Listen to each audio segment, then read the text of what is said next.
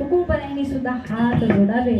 अहो तुम्ही संकातिक आहात, तुम्ही कृपावंत आहात, तुम्ही आमचे मायबाप आहात. अजून आम्ही तुम्हाला काय बोलायचं म्हणून पुन्हा सांगावंसं वाटतंय की आमच्याकडं फक्त एकच भाव आहे की आम्ही आमचे चित्त आणि आमचा देह हा देवाला दिला.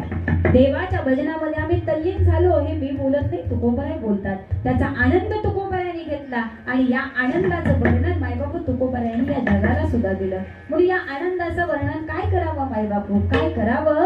कारण पूर आला रे आनंदाचा, पूर आला रे आनंदाचा, लाटा उसळती प्रेमाच्या, लाटा उसळती प्रेमाच्या, लाटा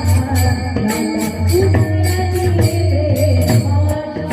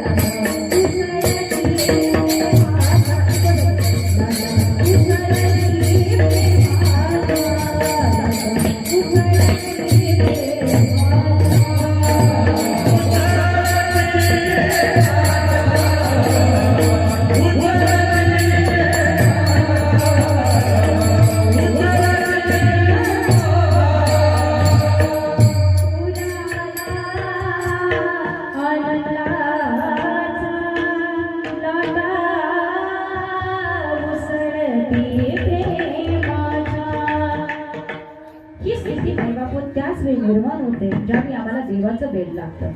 रात्रंदिवस मायबापू भजन करणारी मंडळी आपल्या या समाजामध्ये आम्हाला बघायला मिळतात.